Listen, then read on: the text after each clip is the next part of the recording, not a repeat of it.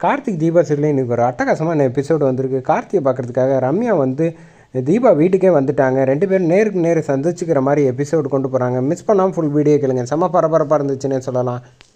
இந்த பக்கம் வந்து ரம்யாவை பார்த்து, என்னம்மா நீ லவ் பண்ணுற சரி, உன்னோட லவ்வரை வந்து பார்க்கணுன்னு எனக்கு ஆசை இருக்காதா அப்படின்னோடனே, வேண்டாம்ப்பா, எதுக்கு நீ பார்த்தேன்னா சும்மா இருக்க மாட்டே, அவர்கிட்ட வந்து நீ வந்து தொல்லை பண்ணிக்கிட்டே இருப்ப, அவர் தான் சொல்லியிருக்காருல்ல, கொஞ்ச நாளுக்கு வெயிட் பண்ணு, யாருக்கிட்டேயும் சொல்லக்கூடாதுன்னு சொல்லியிருக்காருல்ல, எல்லா பிரச்சனையும் சரியானோன்னா நான் சொல்கிறேன், அவருக்கும் கொஞ்சம் மரியாதை கொடுக்கணும்ல அவரோட மனசுக்கு அப்படின்னோன்னே, பாருவா என் பொண்ணு வெக்கம்லாம் படுறா, தீபா எல்லாமே ஒன்றால் தான் வந்துச்சு, நீ வந்து வந்த நேரம் வந்து தீபா நீ தாம்மா முதல்ல முன்ன நின்று கல்யாணத்தை நடத்தி கொடுக்கணும், அப்புறம் என் ஃப்ரெண்டோட கல்யாணத்தை அம்மு கல்யாணத்தை நான் முன்னாடி நடத்தாமல் வேறு யாரும் நடத்துவான், நான் நிச்சயமாக நடத்தி இதை கொடுக்குறேன் அப்படின்னு சொல்லிடுறாங்க.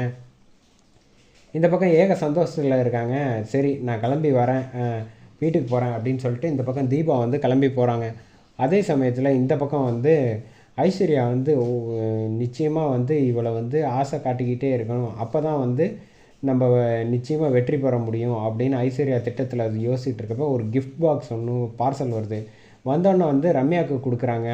பார்சலை பிரித்து பார்த்தோன்னா அதில் வந்து கார்த்தி ரொமான்டிக்காக வந்து இவ்வளோ ரொமான்டிக்கான ஆளுன்னு எனக்கு பார்த்தா தெரியவே இல்லையே அப்படின்னு சொல்லி ரம்யா வந்து ரொம்ப சந்தோஷமாக இருக்காங்க. அந்த பாட்டு ஒன்று போட்டுக்கிட்டு டான்ஸ் ஆடிக்கிட்டு இருக்காங்க. அதை வந்து ரம்யா ஆடிக்கிட்டு இருக்கிறத பார்த்தோன்னா வந்து அவங்க அப்பா வந்து சந்தோஷப்படுறாங்க. தான் பொண்ணு வந்து கல்யாணத்துக்காக வந்து வெக்கெல்லாம் பட்டு சந்தோஷமாக பாட்டு பாடி டான்ஸ்லாம் ஆடுறான்னா நம்ம வந்து வாழ்க்கையில் வந்து நிச்சயமாக வந்து இனிமேல் கவலைப்பட தேவையில்லை நம்ம ரம்யாவை நினச்சி அப்படின்னு அவங்க அப்பா வந்து ரொம்ப சந்தோஷமாக இருக்காங்க. ஆட்டமாக ஆடுற ஆடுன்னு ஐஸ்வர்யா அந்த பக்கம் வந்து கிஃப்ட்டு உன் காதலை அதிகப்படுத்தி உனக்கு கரெக்டாக வந்து எப்படி நீ வந்து பழி வாங்க போகிற தீபாவையும் சரி கார்த்தியும் சரி, அந்த ஒரு டேர்னுக்காக தான் நாங்கள் எல்லோரும் வெயிட் பண்ணிகிட்டு இருக்கோம் அப்படின்னு சொல்லிகிட்டு இருக்காங்க. இந்த பக்கம் தீபா வந்து மேலே மாடியில் வந்து இருக்காங்க. அந்த சமயத்தில் தான் வந்து கார்த்திக்கிட்ட வந்து பேசுகிறாங்க.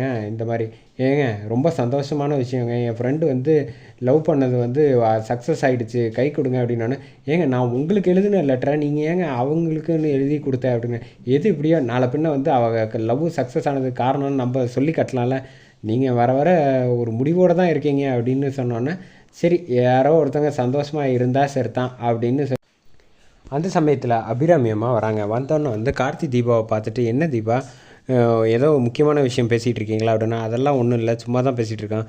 ஆமாம் அடுத்த வாரம் உங்கள் கல்யாண நாள் வருது, என்ன மறந்துட்டீங்களான்னு. அதெல்லாம் மறக்கலை, எப்படி மறப்போம் அப்படின்னோடனே, இவ்வளோ வருத்தத்துலேயும் கஷ்டத்துலேயும் வந்து பரவாயில்ல ஞாபகம் வச்சுருக்கேன் அப்படின்னா, என் ஹஸ்பண்ட் எனக்கு நல்ல ஹஸ்பண்டாக கிடச்சிருக்காருல, அதை எப்படி நான் மறக்க முடியும், அதனால் வந்து என் வாழ்க்கையில் மறக்கவே முடியாது அப்படின்னு சொன்னப்போ, பார்த்தியா நீ எவ்வளோ நல்ல பொண்ணாக இருக்க, நான் தான் உன்னை வந்து கஷ்டப்படுத்திட்டேன் அப்படின்னு வந்து அபிராமி அம்மா பேசணும். அத்தை பழசெல்லாம் எதுக்கு அத்தை பேசிகிட்டு இருக்கீங்க, நீங்கள் ஃப்ரீயாக விடுங்க, எதுவாக இருந்தாலும் நம்ம அப்புறம் பார்த்துக்கலாம் அப்படின்னு சொல்லிடுறாங்க.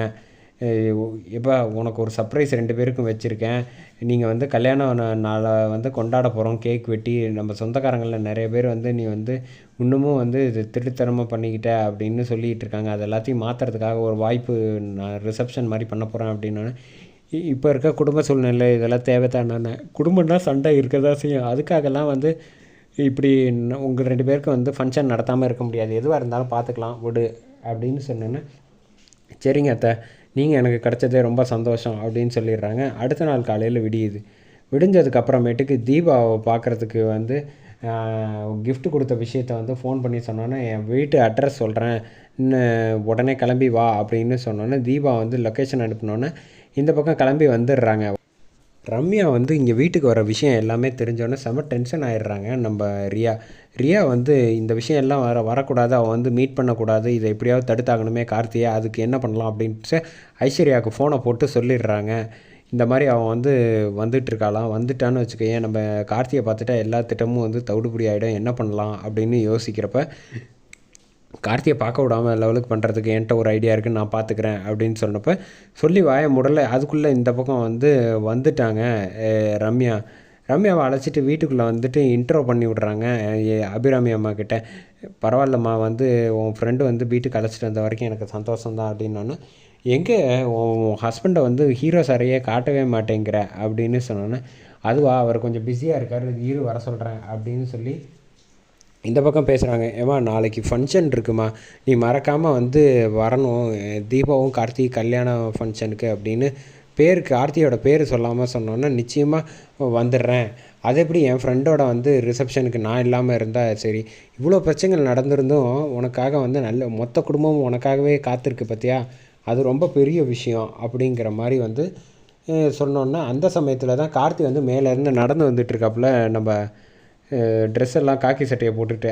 அதுக்குள்ளே ரம்யாவுக்கு வந்து ஐஸ்வர்யா ஃபோனை போட்டு உங்கள் அப்பாவுக்கு உடம்பு சரியில்லை, இங்கே தான் இருக்காங்க அப்படின்னு சொன்னோன்னா பயந்துட்டு ரம்யா வந்து கிளம்பி போகிறாங்க. கார்த்தி கீழே இறங்கி வந்துட்டுருக்கப்ப வந்து ரம்யாவுக்கு ஃபோனை போட்டு போயிடுறாங்க. அங்கே போனோன்னு விசாரித்து பார்த்தா தான் தெரியுது, ரிஜிஸ்டரில் அந்த மாதிரி ஆள் யாருமே உங்கள் அப்பா வந்து இங்கே அட்மிட் ஆகலை அப்படின்னு சொன்னோன்னா, ஆஹா நம்மளை வந்து வேறு யாரோ எதுக்கோ வந்து வம்பிழுத்துருக்காங்கங்கிற விஷயத்தை மட்டும் நம்ம ரம்யா புரிஞ்சுக்கிறாங்க. அதோட எபிசோடை சூப்பராக முடிக்கிறாங்க.